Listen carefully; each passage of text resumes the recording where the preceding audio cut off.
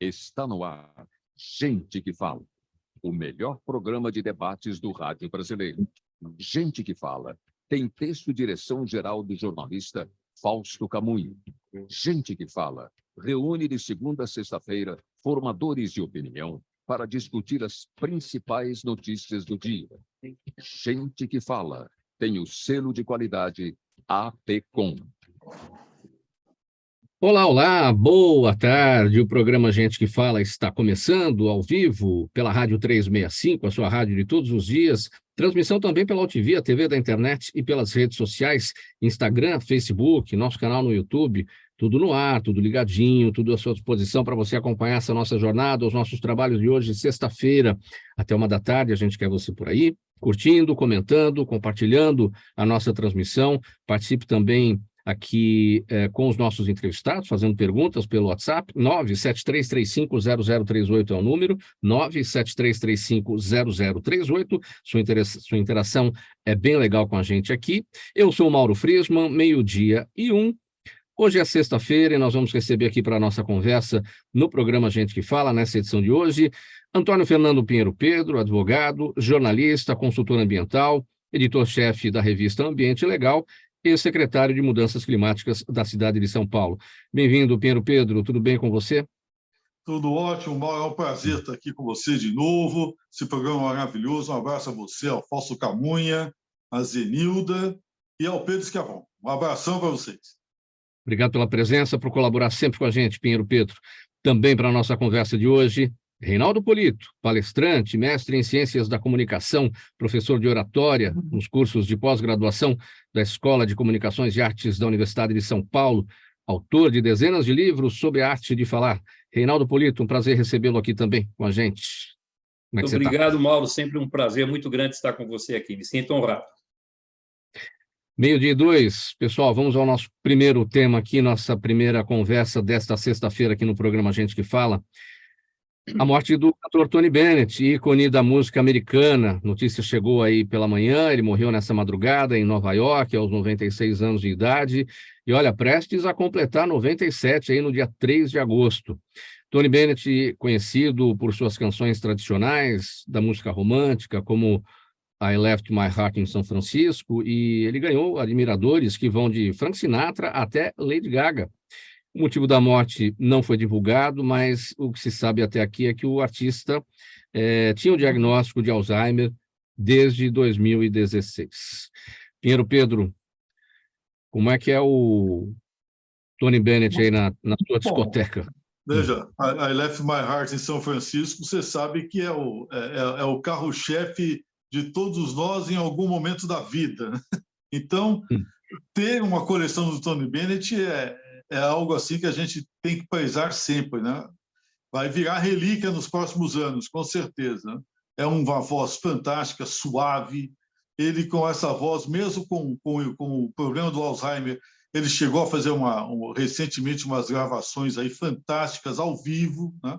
Ou seja, o Alzheimer não afetou o conhecimento musical dele, e das letras, inclusive. Então, é um patrimônio da música mundial que nós vamos guardar para sempre no nosso coração.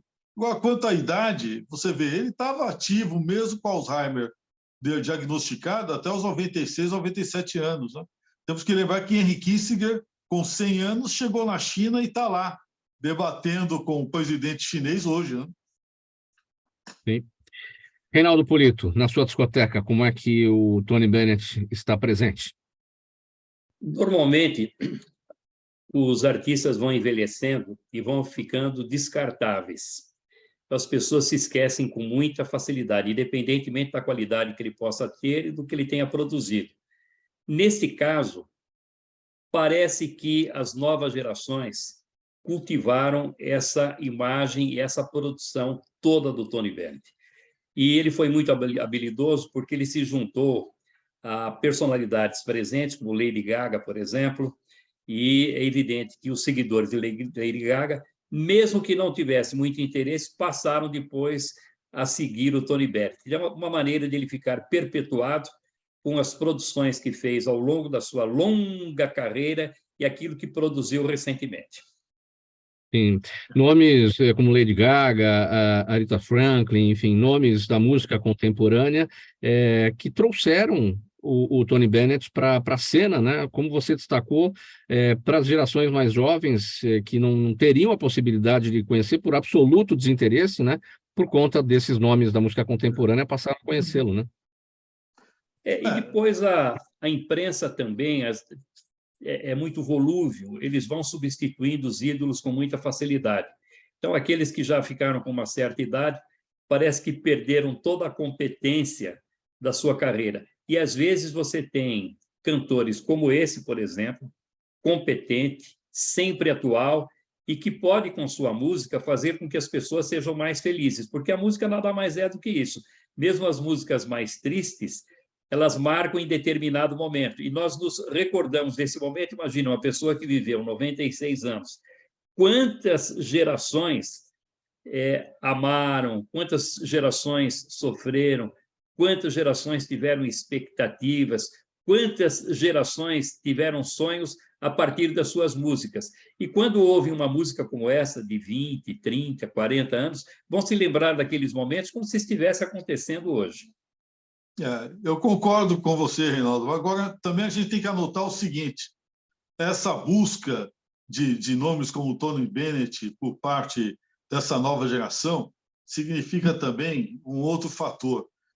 Os mais velhos, eles estão se perpetuando com maior facilidade nesse ambiente devido à perda da qualidade da cultura geral das novas gerações, né? As músicas pioraram muito, né? Hoje, os sucessos vivem dos chamados samplers, né? Ou seja, é o refazimento de trechos musicais do passado com outro ritmo, né? Em ritmo matemático.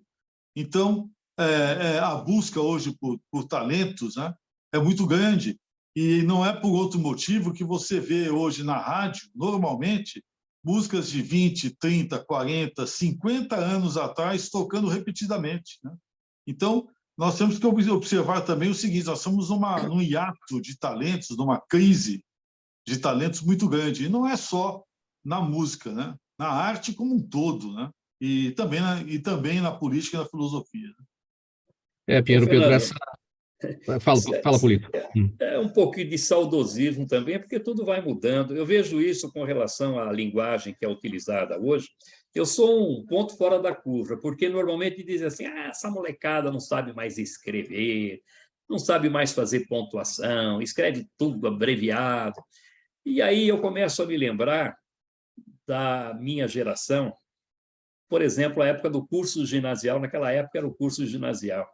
Que tipo de experiência tinha um garoto naquela época? Alguns professores até davam um pouco mais de redação, mas a maioria não. Saía de férias, quando voltava, fazia lá uma redação, as minhas férias.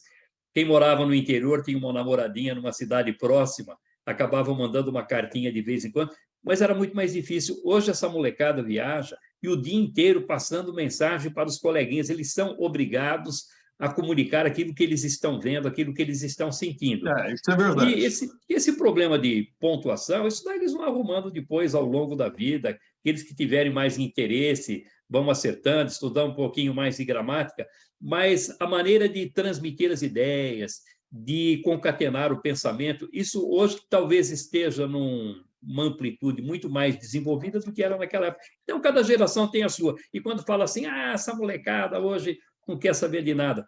Eu vejo lá no meu curso, antigamente eu recebia jovens a partir dos 17 anos, porque não tinha formação suficiente para falar em público. Hoje, tem alunos com 12 anos, 13 anos, mandando ver na tribuna com uma competência, com muitas informações, eles são muito mais antenados.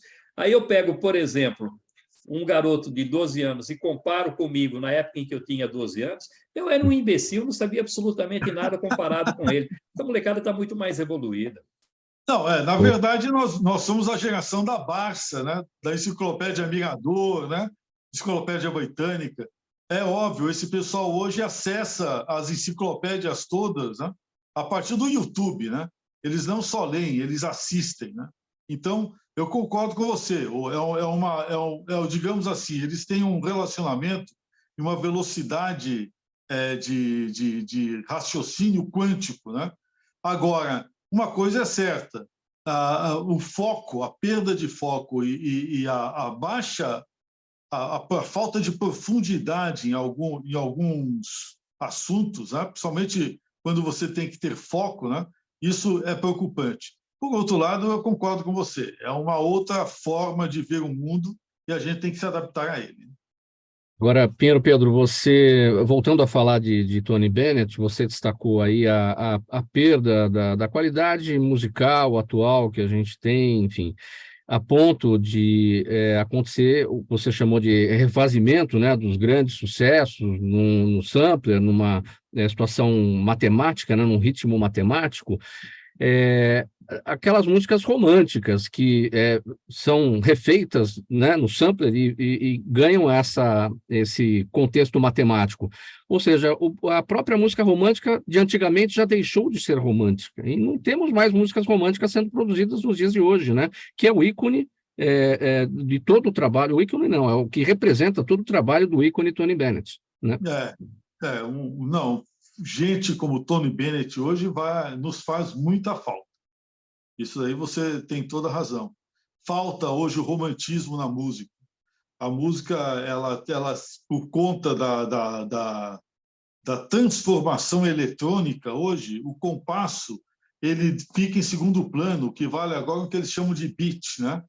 60 bits, 120 bits, né? 180 bits, né? Ou seja, a mecanização do sistema musical e a figura da inteligência eletrônica na composição hoje chega a ser preocupante, porque o que você faz? Você usa recursos, né, já estabelecidos no passado, refaz, remonta e repassa com outra versão. E isso, obviamente, faz com que o clima se perca, né? Eu costumo dizer que hoje nós temos uma ação muito mais frenética, né? Muito sexo no ar, né? Chega a ser até escatológico, mas a sensualidade e o romantismo, infelizmente, estão desaparecendo. Essa mecanização, Polito, essa batida, esse beat, isso também aparece na fala das pessoas, seja na fala normal, no tom informal da nossa conversa, ou nos discursos, nas coisas preparadas, elaboradas para discurso? Mauro, parece que você estava lendo o meu pensamento, porque enquanto o Fernando dizia a respeito dessa mudança na música, eu ficava imaginando aqui que houve uma mudança porque as pessoas querem algo diferente daquilo que existia. Então, as gerações vão mudando o gosto e é preciso ter essa adaptação. Com a fala acontece exatamente o mesmo. Quando você vê, por exemplo, uma pessoa se expressando com aquela linguagem de 1940, 1950, com aqueles termos rebuscados, não existe mais espaço para isso hoje. A linguagem é muito mais solta, ela é muito mais natural, ela é muito mais espontânea, é muito mais improvisada na maneira de ter expressão. O Silveira Bueno, por exemplo, que foi um dos maiores filólogos que eu tive a felicidade de conhecer e convivi muito tempo com ele, comentando sobre a comunicação do Rui Barbosa, ele disse que tinha assistido a 3 apresentações do Rui Barbosa no Teatro Municipal. E ele, com aquela voz italianada dele, que havia sido criado na Itália, ele dizia o seguinte: Rui Barbosa não tinha essa inflexão de voz. Quando ele começava a ler, porque nunca fez outra coisa senão ler, ele começava a ler num tom a 1/8 acima do normal em que ele se expressava.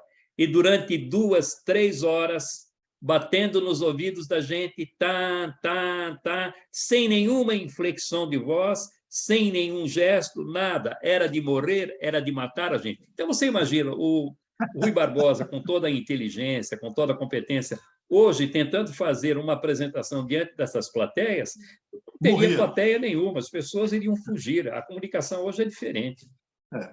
Eu concordo com você. O Rui nunca foi bom orador, né? E agora, ao contrário do que muita gente diz, na hora de escrever ele era rápido, muito objetivo, né?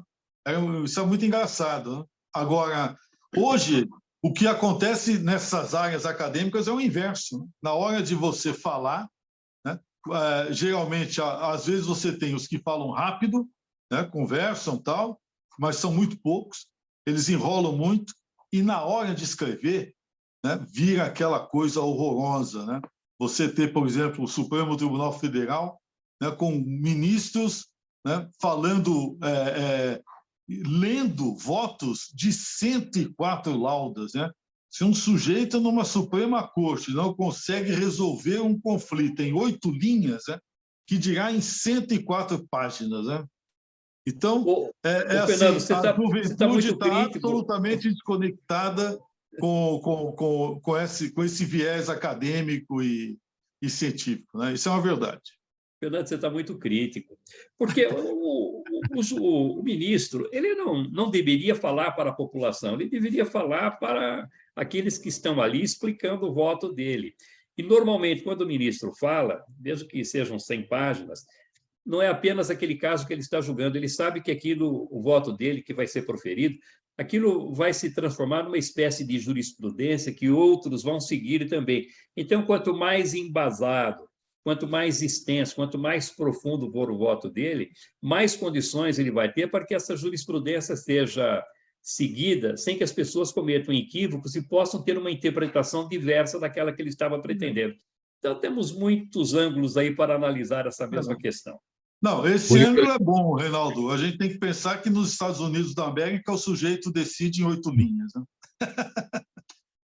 Então, aí é um outro ponto. Cada país com a sua cultura. Os Estados Unidos normalmente têm uma cultura mais objetiva, assim como a Alemanha. Se você pega a Itália, pega o Brasil, normalmente as pessoas têm um pensamento um pouco mais extenso, um pouco mais amplo. Né? Cada um com a sua cultura. Vamos lá. Polito, e para terminar esse tópico aqui, puxar a sardinha para o meu lado, aqui nessa nossa atividade diária de entrevistar as nossas fontes, conversar com vocês, fazer isso da forma mais natural possível. Uma coisa é a entrevista, é a pergunta, onde a gente tem que usar de técnicas jornalísticas para extrair de vocês as informações que são necessárias para a formação de opinião do nosso público. Outra coisa é fazer isso com naturalidade, né? Na base da conversa, não naquela coisa de antigamente, rebuscada. Eu que falo para publicidade, eles cobram de uma forma hoje, você tem que ser natural, sem parecer, você estar numa situação que não é natural, você tem que parecer ser natural. É uma dificuldade, é um desafio enorme fazer isso todos os dias.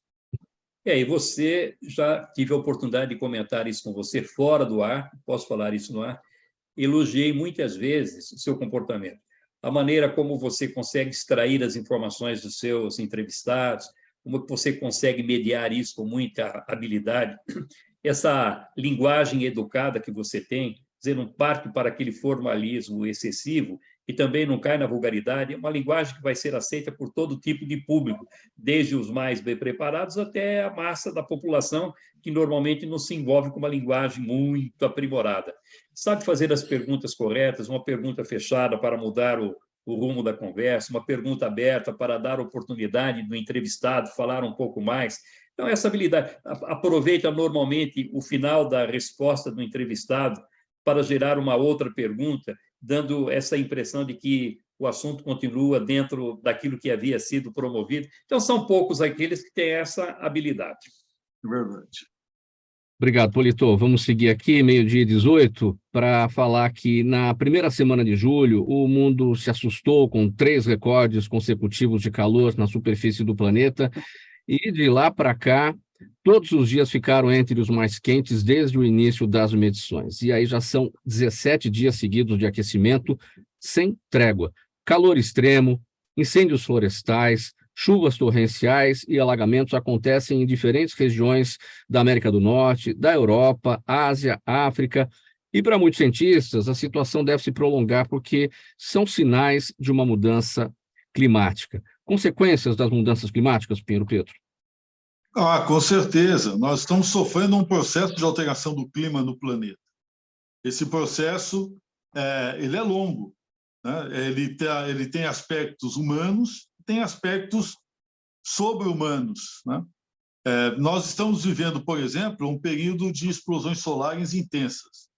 Elas se iniciaram em 2019, e devem se prorrogar até 2024, início de 2025. Né? É um período em que nós observamos manchas solares, e cada mancha solar é como se fosse uma ressaca na praia, ou seja, em seguida vem a onda forte, né, e rompe. Né?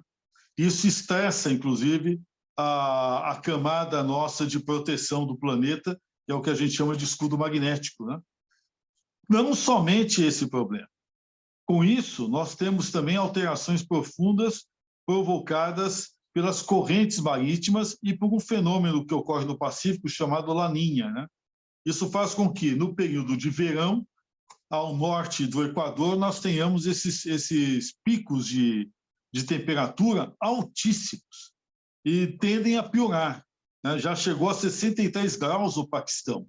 Se nós pensarmos que se entende que o período de vida, no máximo, né, chega a 55 graus, você começar a ter que enfrentar 60 graus numa área urbana é algo extremamente preocupante.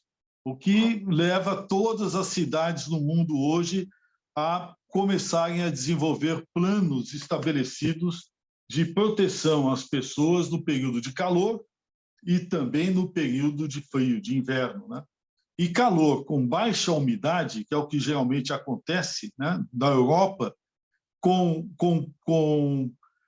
florestas que nós chamamos de florestas que têm poucos tipos, pouca variedade de espécimes, a possibilidade de incêndios florestais é muito maior. Né? Então, isso está realmente nos preocupando e é algo para a gente ter uma análise, e não só análise, começar a ter ações efetivas voltadas à defesa civil, inclusive.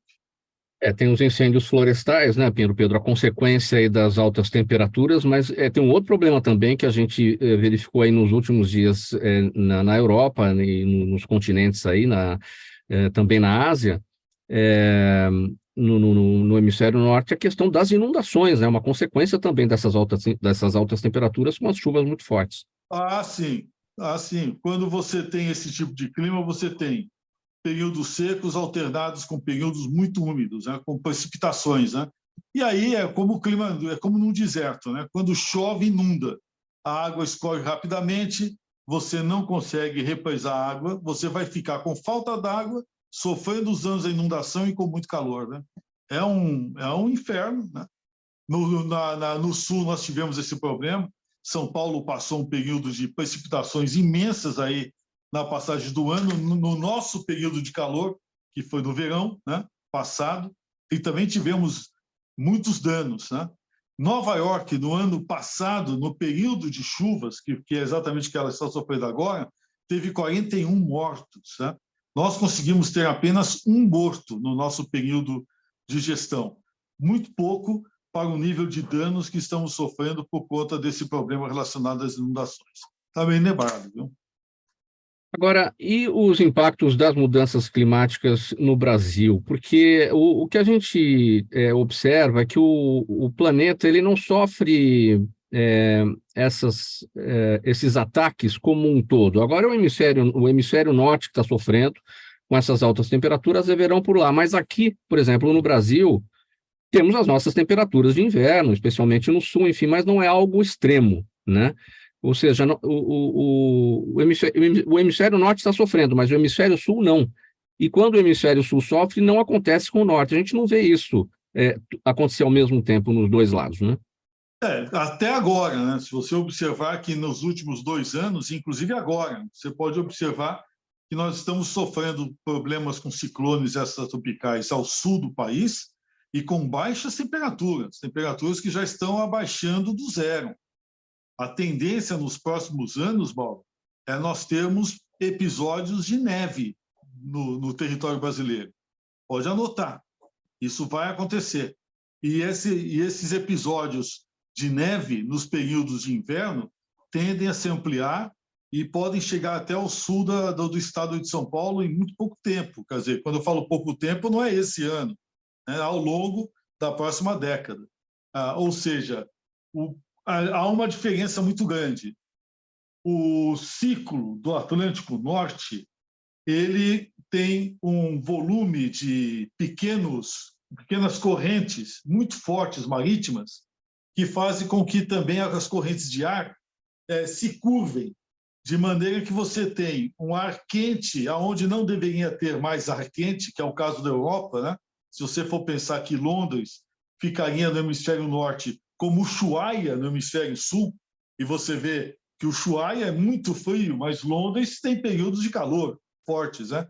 Então, há uma diferença do comportamento da corrente marítima no hemisfério norte que favorece, inclusive, as temperaturas, a par das temperaturas muito baixas que estão sofrendo também no período de inverno lá. Nós aqui vamos começar a sofrer com os períodos de baixa temperatura, mas teremos também picos de temperatura muito elevados a começar da região tropical. Nós vamos ter picos de temperatura na Amazônia Legal nos próximos anos, isso é a previsão de até 50 graus. Viu? Então, os comportamentos são diversos, porque os biomas diferem, o tipo de floresta é outro, o regime hídrico é influenciado por isso também, mas nós não estamos, digamos, livres, né, de sofrer com esses eventos extremos que a Europa está sofrendo hoje. E quando vemos essas altas temperaturas, aí é o aquecimento global, né? As pessoas falam, o aquecimento global é o termo usado para definição. Qual que é a diferença entre aquecimento global e mudança climática, Pedro? Essa é uma discussão que vem sendo travada até lá no âmbito do IPCC, né? Na verdade, o aquecimento global é um fenômeno, né, que advém do volume de concentração de gás carbônico na nossa atmosfera. O gás carbônico é uma molécula que permite reter o calor emanado pelo Sol, ou seja, o Sol bate no planeta e é como se você tivesse o seu carro num dia de sol com os vidros fechados, sem ar-condicionado, entendeu? Então, isso faz com que o calor fique retido na atmosfera. Mas quando a gente fala em aquecimento global, não quer dizer necessariamente que a Terra irá se aquecer. Ela pode sofrer eventos extremos, inclusive aumentar em vários trechos da sua geografia o volume de temperaturas baixas, entendeu? Reduzir a temperatura. Então, muito cuidado quando a gente usa o termo aquecimento global e efeito estufa, achar que nós estamos aquecendo. Na média, nós poderíamos até alterar para cima a temperatura média, mas nós teremos episódios de baixa temperatura muito extremos também. Por isso que se usa muito o termo mudanças climáticas, né? Agora, as mudanças climáticas, as mudanças do clima, elas ocorrem o tempo todo no planeta, e não é só de agora, ocorrem há 4 bilhões e 300 milhões de anos, e vão continuar a ocorrer estando nós ou não na superfície. Nós contribuímos com isso hoje, porque nós, na superfície do planeta, estamos emitindo um volume de poluentes e de gás de efeito estufa enorme.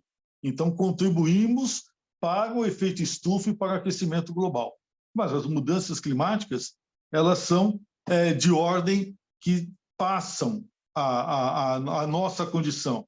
Elas continuarão a existir no planeta, estando nós nele ou não. Nós contribuímos para isso e a gente precisa tomar uma medida, a gente precisa tomar uma decisão. Quais são os caminhos? O combustível fóssil, em definitivo, tem que ser eliminado? Segundo o Tratado Quadro de Mudanças Climáticas, que foi feito a partir da constatação de que nós temos uma participação nesse processo, né, ele estabelece ali uma série de ações necessárias para que o planeta possa, né, ter menos emissões, né, e uma menor contribuição do ser humano nessas alterações do clima. O que está se fazendo a respeito? Nós temos um tratado quadro que tem um conjunto de cientistas colocados num painel intergovernamental chamado IPCC, e os relatórios desse conjunto de cientistas alimentam os acordos internacionais que são realizados de 6 em 6 anos, até de 10 em 10 anos, dentro do Tratado Quadro. O acordo que nós temos hoje é o famoso Tratado de Paris, de 2015. O que se estabeleceu lá? A possibilidade de nós tentarmos evitar que a Terra chegue a mais de 2 graus de diferença na temperatura do aquecimento global em 100 anos, porque se entende que, a passar dessa média de temperatura, não haverá mais controle sobre as alterações climáticas que poderemos sofrer, né, em virtude do que nós produzimos. Então, o que devemos fazer? Até 2050, tentar zerar as emissões de gases de efeito estufa no planeta. Isso significa parar de utilizar combustíveis fósseis, né, e dar uma outra destinação, obviamente, a este material. Segundo, tratarmos de trabalhar também com medidas importantes de proteção dos biomas e de ampliação da massa arbórea no planeta também, né? Isso seria uma forma do ser humano se compensar e contribuir da sua parte para manter estável, né, as alterações de clima que o planeta sofre e, com isso, manter as condições da sua vida e da sua interação com o ecossistema e produzir alimentos nesse período. O mais importante é as alterações climáticas influenciam profundamente a produção de alimentos. E nós somos uma população de mais de 7 bilhões de habitantes hoje no planeta. Isso tudo passa necessariamente pelo que se chama, tem sido chamado de Smart Cities, as cidades inteligentes, não é isso, Pinheiro Pedro? Ah, sim. As cidades inteligentes, elas são fundamentais hoje. Primeiro, é a gente trazer toda essa conquista tecnológica que estamos alcançando no mundo. Aliás, acabamos de falar de a questão das transformações da música, da comunicação, né? O Lito falou muito bem sobre isso. Trazer todas essas conquistas para o dia a dia da administração das cidades. Quando falamos em Smart Cities, nós falamos principalmente em governança inteligente.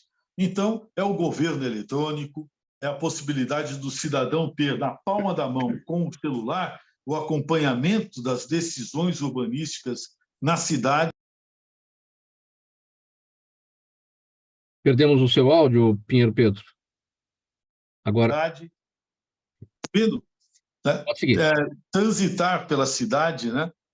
Com possibilidade de se guiar pelos sistemas eletrônicos hoje de referência, de satélite, e ter uma qualidade de vida melhor, né? E com a tecnologia disponível.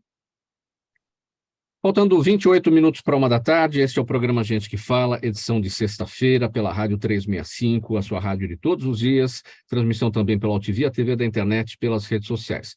Uma paradinha breve agora, gente, um golinho de água para cada um, vamos nos refazer, intervalo, mensagem do nosso apoiador e a gente já volta em seguida. Até já.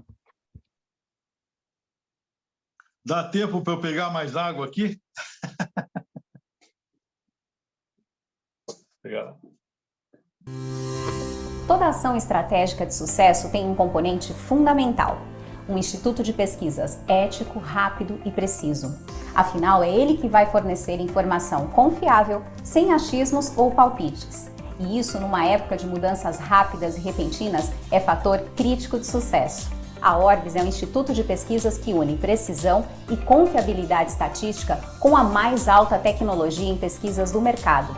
Tem inteligência artificial, robótica e Big Data, entre outros recursos, para que você tenha uma informação correta, confiável, com o menor custo e no menor tempo possível. Na sua próxima ação, seja ela corporativa ou política, comece pela Orbis, porque com a informação correta, você vai mais longe, mais rápido e com mais segurança.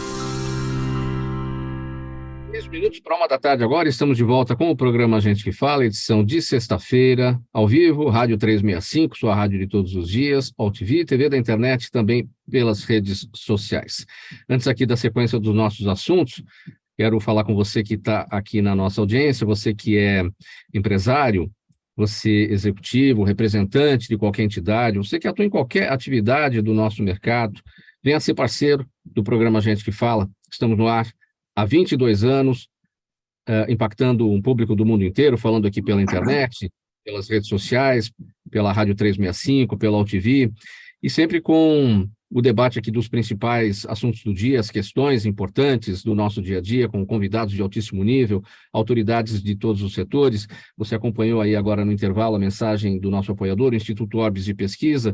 Temos o movimento Ministério Público Democrático, a Câmara Brasileira de Diagnóstico Laboratorial, o escritório Nasser Rajab Advogados Associados. São todos os nossos parceiros, todos os nossos apoiadores que estão aqui no dia a dia com a gente para trazer informação, para trazer análise, para trazer opinião, para ajudar na formação da sua opinião à nossa audiência. Então, venha falar com a gente pelo 50 52 55 55 para conhecer todas as possibilidades dessa parceria com a gente. O programa Gente que Fala quer a sua marca, quer prestigiar a sua marca, o consumidor também, a nossa audiência também quer consumir a sua marca. 12h35 agora, a gente vai dar sequência aqui com o próximo assunto do programa Gente que Fala. Reinaldo Polito, olha, falar em público sem tremer, sem tropeçar nas palavras e sem adotar uma postura enrijecida, dura, engessada, né? Não é para qualquer um, não. O professor Reinaldo Polito garante que a desenvoltura de encarar um auditório cheio e transmitir a mensagem de forma clara são técnicas que podem ser aprendidas até pelo mais inibido dos mortais. Tem gente que não acredita nisso, né, o Polito? Não, eu sou tímido, não vou conseguir enfrentar essa jornada, esse desafio. Não é por aí, né? Esse não me conheceu ainda, não é, Mauro? Eu ministro cursos de oratória há 48 anos. Já formei 71 mil alunos. É gente que não acaba mais de uma longa estrada. Eu nunca encontrei uma pessoa com boa vontade, dedicada, interessada, que não conseguisse superar os seus problemas de comunicação. Desenvolver uma comunicação para chegar numa reunião da empresa, apresentar um projeto, uma proposta, estabelecer as suas opiniões numa mesa de negociação. Todo mundo é capaz. Vai desenvolver isso até com uma certa facilidade. Os treinamentos de poucas horas, porque o que acontece normalmente, as pessoas têm um receio de passar por um treinamento como esse, porque imaginam que será colocado uma técnica de fora para dentro. Essa experiência dessas décadas todas permitiu que eu pudesse observar as características dessa pessoa e desenvolver a comunicação dela a partir dessas próprias características, de tal maneira que ela pudesse ter a sua própria técnica, crescer, desenvolver e continuar sendo ela mesma, com toda a naturalidade. Aí é que está o grande segredo. Técnica imposta de fora para dentro resolve a curtíssimo prazo, mas depois de 1 mês ou 2 meses, a pessoa percebe que não é ela que está falando, está interpretando um papel, vivendo uma personagem. Isso aí não tem continuidade. Então, é possível a todas as pessoas que desejam aprender a desenvolver a sua comunicação, a falar bem, com segurança e com muita tranquilidade. Agora tem gente que diz assim, não, eu não vou conseguir porque eu não tenho voz para isso, e a voz não tem a ver, né? Não é uma coisa... A voz não está na frente, o que está na frente é a comunicação, é a mensagem que tem que ser transmitida. A voz precisa ter personalidade, a voz precisa carregar a personalidade da pessoa. Você tem oradores excelentes, você tem oradores excepcionais que conseguiram arrebatar multidões e a voz não era tão bonita. Você pegava a voz rolfenha do Jânio Quadros, por exemplo, porque o senhores... Ele conseguiu se eleger para tudo aquilo que se candidatou com aquela voz. Então, é importante que a voz tenha personalidade. A pessoa, quando fala, precisa ter um volume de voz adequado para aquele ambiente, porque se numa reunião, por exemplo, com 30 pessoas, se ela ficar sussurrando, os que estão lá no fundo da sala não vão ouvir. Se ela participa de uma reunião com 3 ou 4 pessoas e começa a gritar, ela vai irritar essas pessoas. Então, é preciso ter um volume de voz de acordo com o ambiente onde ela está. Procurar pronunciar bem as palavras. É evidente que não precisa ter uma perfeição com a sua dicção, mas ter uma dicção, pronunciar as palavras de tal maneira que as pessoas possam entender aquilo que está sendo transmitido. Porque algumas pessoas têm tanto problema de dicção que dão a impressão, em determinados momentos, que estão falando numa outra língua. É evidente que isso vai desestimular.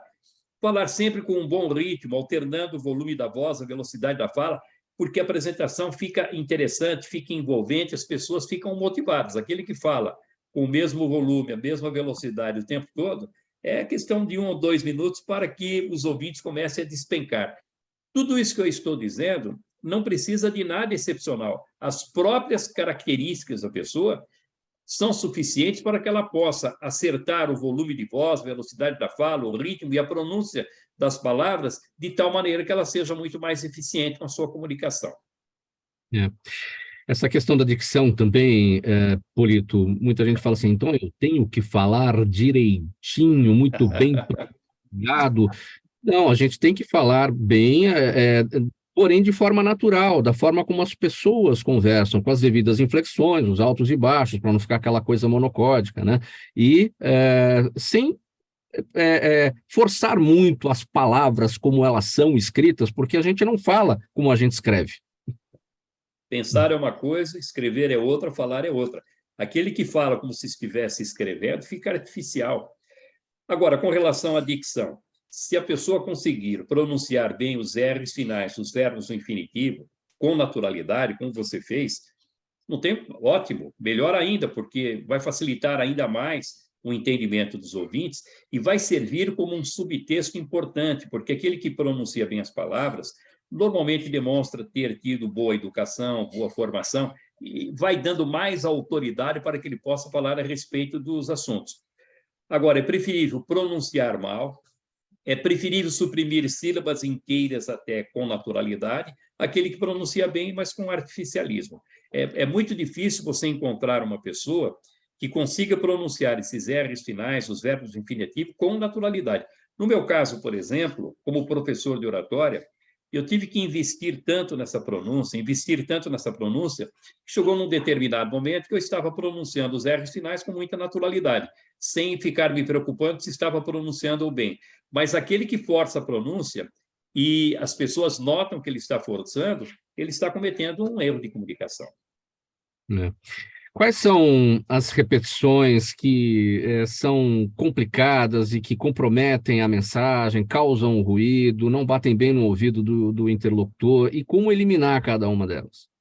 Bom, os mais conhecidos são né, tá, ok, certo, percebe, tá entendendo. Essas são as mais comuns, essas pertencem à mesma família, mas o grande chefe dessa máfia é o né. Normalmente o né é que comanda tudo isso.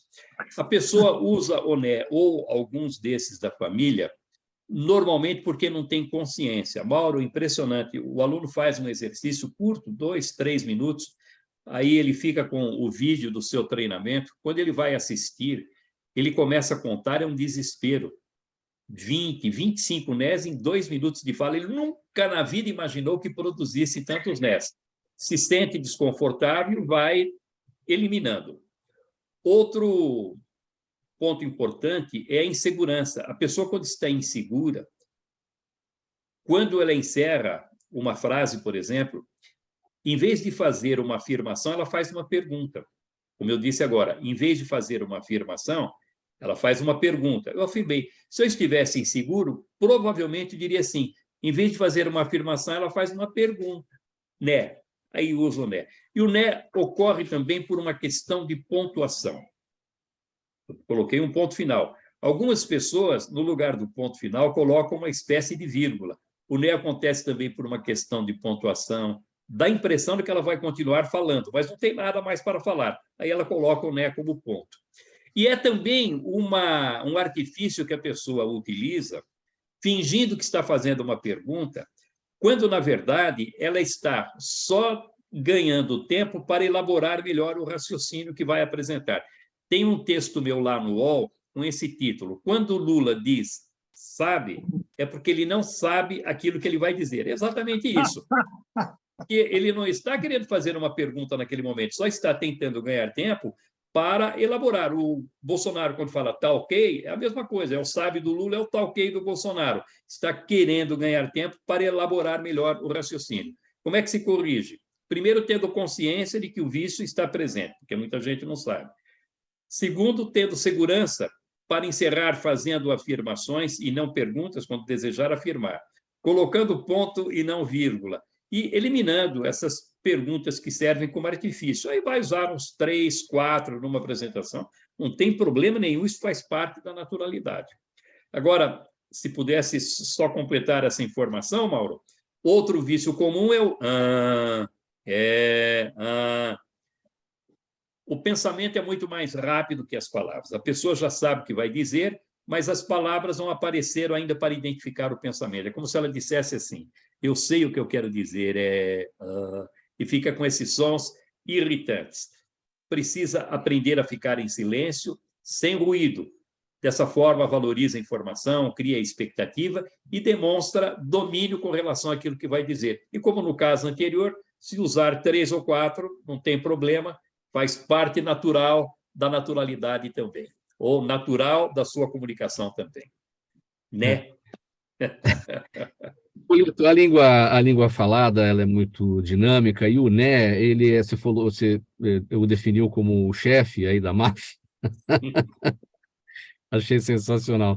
Mas o Né, que é antigo chefe da máfia, ele tem agora um novo companheiro ali, que vamos dizer que é o subchefe da máfia, é o Enfim, né? Enfim, então, na verdade, tipo assim, vão aparecendo, vão participando, e o pior é que as pessoas vão num processo imitativo e não percebem que estão utilizando. Normalmente isso é percebido numa gravação. O conselho que eu dou é esse: grave uma conversa sua com uma pessoa da família, um amigo, vá gravando, sem compromisso, porque normalmente nessas conversas é que esses vícios vão aparecendo de uma forma mais intensa. Ao ouvir, vai ficar muito preocupado com essas repetições e vai verificar que, se cortasse esses sons, não fariam falta nenhuma e estaria dando uma outra qualidade às suas apresentações, às suas falas. Pegar esses dois exemplos que você deu, o Sabe do Lula e o Talk do Bolsonaro, para perguntar o seguinte: até que ponto o desconhecimento do público para o qual a gente está falando faz com que o Sabe e o Talk apareçam para a gente ganhar tempo na formulação do raciocínio? Porque quando você conhece o público, para quem você fala, quem fala é automático, você sabe falar porque o público já está reconhecido. O Talk e o Sabe tem a ver com isso? O Sabe, o Talk, o Né, o Mauro, não é necessariamente um erro de comunicação. O Jacobson, por exemplo, estabeleceu as seis funções da linguagem. E em uma das funções da linguagem, ele fala dessa medição de entendimento. Você está falando e diz, sabe? Ou você diz, né? Ou você diz, tá ok? Quando isso é feito de propósito para medir o entendimento do interlocutor, não tem problema nenhum. O problema ocorre quando essas repetições ocorrem sem que a pessoa se dê conta disso. Aí é um vício de comunicação e acaba se transformando num ruído, independentemente do público ser conhecido ou não. Então, quais são os perfis de público que o orador precisa identificar, Polito? Essa é uma avaliação simples e importantíssima, Mauro. Faixa etária, nível intelectual e o conhecimento que o público tenha com relação ao assunto que você vai dizer. Se você falar para um público jovem ou um público idoso, Aristóteles já dizia na Arte e Retórica, 4 séculos antes de Cristo, que o jovem é irrequieto, é idealista e pensa no futuro. Aquele que vai falar para um público jovem, de maneira geral, precisa falar do amanhã, precisa falar de planos, de desafios, porque esse tipo de abordagem que vai seduzir o jovem. Quando falar com pessoas mais idosas, falar do passado, das suas conquistas, das suas realizações, porque o idoso tem essa história, ele tem essas realizações e vai se envolver mais.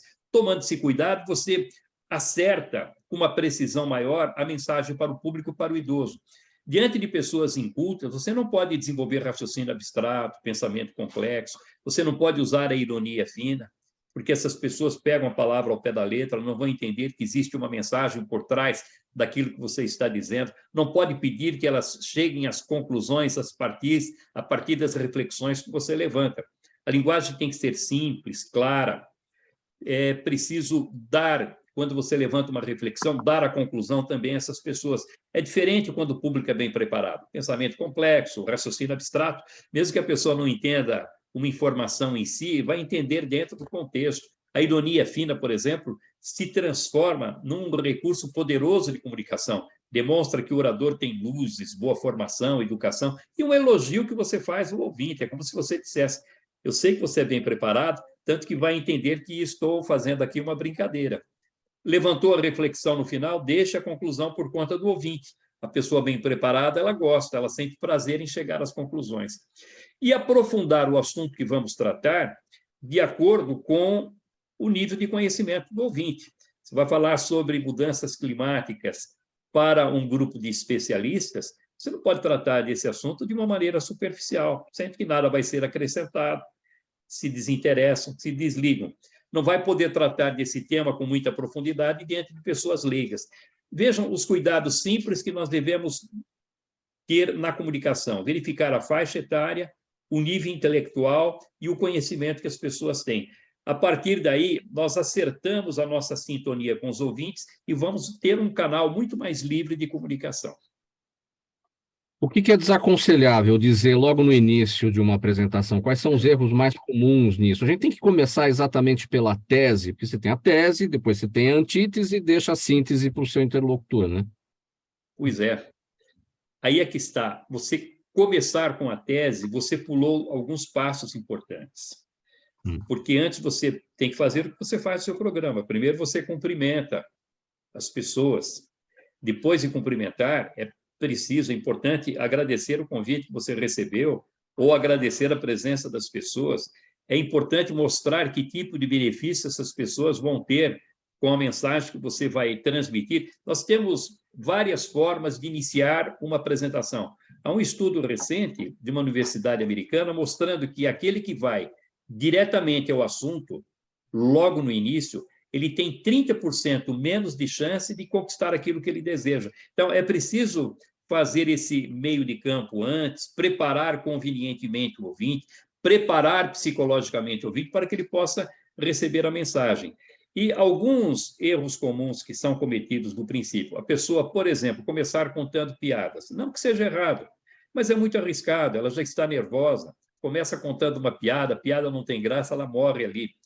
Pedir desculpas por problemas físicos, está gripado, resfriado, vai chamar a atenção desnecessariamente para um aspecto negativo. Pedir desculpas porque não conhece o assunto. O que é que você está fazendo ali se você não conhece o assunto? Vai criar uma resistência muito grande do ouvinte com relação àquele que está se apresentando. Tomar partido sobre assuntos polêmicos no início de uma apresentação. Veja, ô Mauro, eu não estou falando para que a pessoa não dê a sua opinião, para que ela se despersonalize, não. Quem quiser dar a sua opinião vai dar, mas não no início. Porque se você der a opinião no início, você vai levantar ainda mais a resistência das pessoas que você precisa convencer. Ou seja, são aquelas pessoas que você precisa trazer para o seu lado e que vão ficar mais resistentes. Você vai prejudicar o seu trabalho de convencimento naquele momento. Então, são alguns cuidados que nós devemos ter. Quer contar uma piada? Tudo bem, mas saiba que é arriscado. Use um fato bem elaborado. Aí você já não tem aquele compromisso de provocar o riso. O rio, ótimo, vão prestar mais atenção. Não, o rio não tem problema, nasceu do momento. A piada é diferente. Você conta, faz a pausa e espera a reação do ouvinte. Não veio a reação. Você morre ali na frente do grupo. E falar em público já é uma situação um pouco mais delicada. Contar piada e não ter resposta, aí você fica desestabilizado mesmo. O que a gente faz com as mãos enquanto fala, Polito? Bom, primeiro, o que deve ser evitado, né? Ficar apertando as mãos, esfregando, demonstrando que você está ansioso, que você está nervoso, não está à vontade. Aquilo que eu falo para os meus alunos, mesmo que você não esteja à vontade, não conte isso para os ouvintes, sabe? Segurando no paletó o tempo todo, coçando a cabeça. O ouvinte, até intuitivamente, ele percebe que aquele que está falando não está à vontade. Então, o gesto ele deve acompanhar o ritmo e a cadência da fala. Quando você fala de maneira mais firme, o gesto normalmente é um pouco mais contundente. Quando você fala de maneira mais suave, o gesto é mais moderado. Aí você consegue estabelecer uma harmonia entre a inflexão de voz, a expressão corporal e a mensagem que você está transmitindo. E dou um conselho direto aqui. É preferível que a pessoa não faça gesto nenhum. A mensagem sendo boa, os ouvintes talvez até acompanhem bem o desenvolvimento do raciocínio. Aquele que gesticula demais, principalmente, Mauro, na comunicação à distância, como essa que hoje é desenvolvida com uma frequência cada vez maior. Todo mundo hoje está falando remotamente. O nosso programa aqui, quantas vezes eu participei ao vivo do seu programa, e agora, nos últimos tempos, tenho participado remotamente. E cá entre nós, embora o Fernando tenha falado, não, precisa fazer ao vivo, não tem que fazer ao vivo coisa nenhuma, está tão bom assim, cada um na sua casa, não perde tempo, não tem que ir até a Avenida Paulista ou voltar, não gasta dinheiro, é uma beleza, funciona exatamente do mesmo jeito. Então, na comunicação à distância, tomar cuidado para não ficar passando as mãos o tempo todo na frente do rosto, porque isso pode se transformar num ruído de comunicação. Então, tendo esses cuidados, que também são bastante simples, vai fazer com que o gesto complemente muito bem as informações, para que ele destaque aquilo que você está dizendo, e, em determinados momentos, possa substituir palavras que não foram proferidas, aí atingir o seu objetivo. Vou perguntar para o Pinheiro Pedro, nos seus discursos, nas suas falas, Pinheiro, você já teve algum branco e como é que você escapou disso, né? E aí vamos ver quais são as orientações do Polito para essa situação. Já tive vários brancos na vida, né? Eu não me considero lá essas coisas. Eu fiz muito julgamento na vida, né? Eu aprendi, digamos, literalmente na porrada.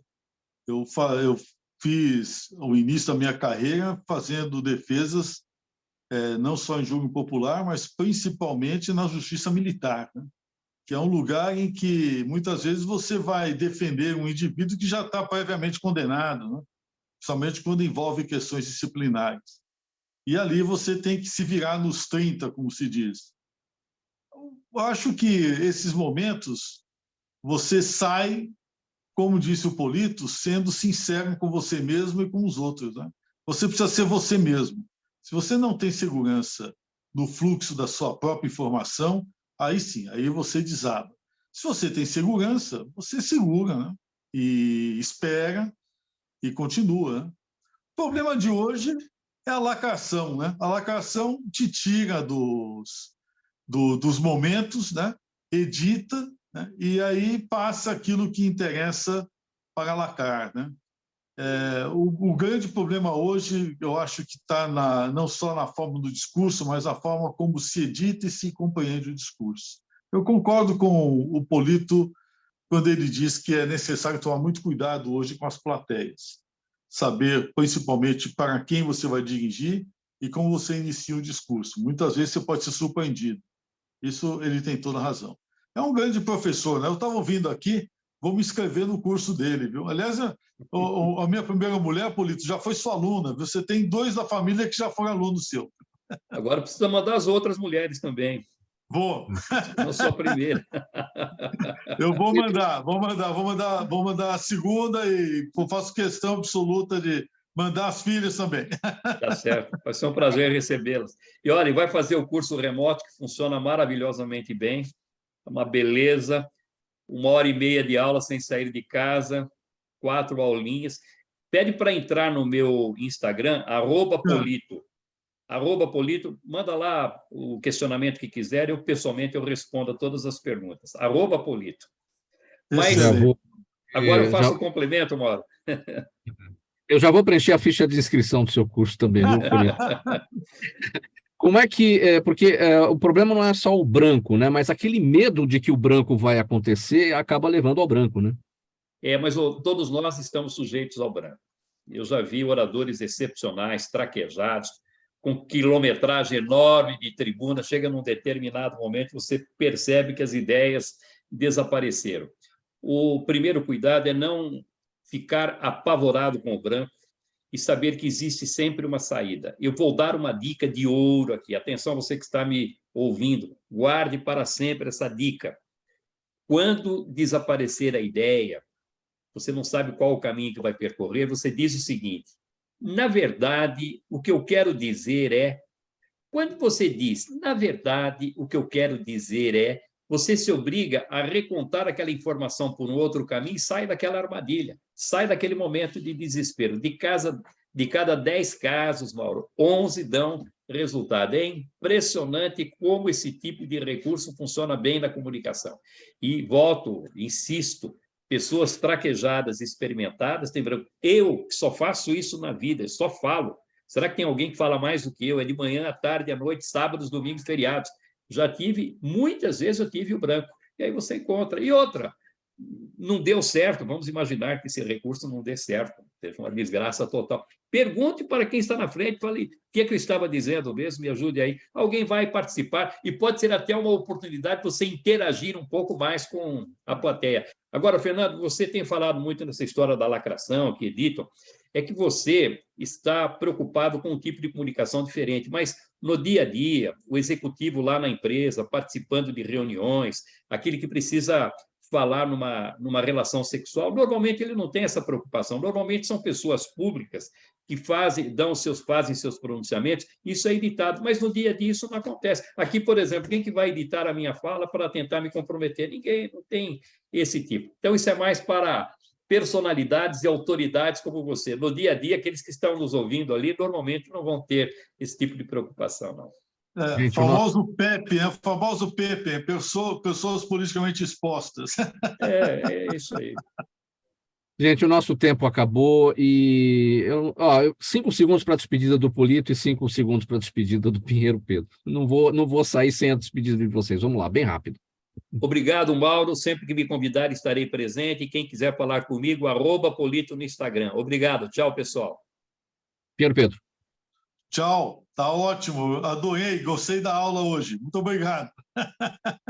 Aqui a sessão do programa Gente que Fala de sexta-feira, aqui pela Rádio 365, a sua rádio de todos os dias. O agradecimento ao Reinaldo Polito, ao Pinheiro Pedro. O programa Gente que Fala é realização da ABCom, apresentação minha, Mauro Friesman, pauta e redação do Pedro Schiavon, Zenilda Salvato, nossa diretora de produção, jornalista Fausto Camunhão, nosso diretor-geral, e você ouvinte, você espectador, a razão da nossa presença aqui todos os dias.